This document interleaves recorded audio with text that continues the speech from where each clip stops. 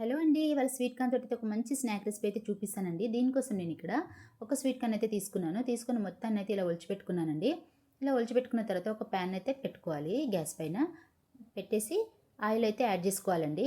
Oil add చేసిన తర్వాత ఒక 1 మినిట్ వరకు అయితే హీట్ అవ్వనివ్వాలి. హీట్ అయిన తర్వాత మనం ఒలిచిపెట్టుకున్న స్వీట్ కార్న్ ఉంటుంది కదా, ఆ స్వీట్ కార్న్ మొత్తాన్ని అయితే దాంట్లో యాడ్ చేసుకోవాలి. యాడ్ చేసిన తర్వాత మనము గ్యాస్ని అయితే లో టు మీడియం ఫ్లేమ్లో పెట్టుకుని మాత్రమే ఫ్రై చేయాలండి. లేదంటే ఇవి మాడిపోవడానికి ఛాన్సెస్ ఉంటాయి. లేదంటే కలర్ వస్తుంది కానీ లోపలైతే సరిగ్గా ఉడకదండి. అందుకని చెప్పేసి లో టు మీడియం ఫ్లేమ్లో మాత్రమే ఫ్రై చేసుకోవాలి.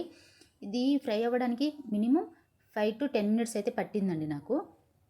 ఇలా గోల్డెన్ బ్రౌన్ కలర్ వచ్చిన తర్వాత చూసారు కదా, ఇలా అయితే ఫ్రై చేసుకోవాలి. ఇలా గోల్డెన్ బ్రౌన్ కలర్ వచ్చిన తర్వాత దాంట్లో మనము టేస్ట్కి సరిపడా ఉప్పు, అదేవిధంగా కారం కూడా యాడ్ చేసుకోవాలండి. ఈ రెండు యాడ్ చేయడం వల్ల టేస్ట్ అయితే చాలా బాగుంటుంది.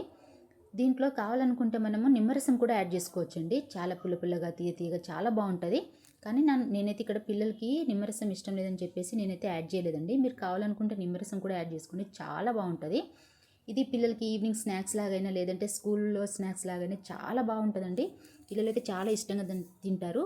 ప్లీజ్ నా ఇలాంటి రెసిపీస్ కోసం నా ఛానల్ని అయితే లైక్ చేయండి, షేర్ చేయండి. నా ఛానల్ని ప్లీజ్ సబ్స్క్రైబ్ చేయడం అస్సలు మర్చిపోద్దు. Thank you so much for watching.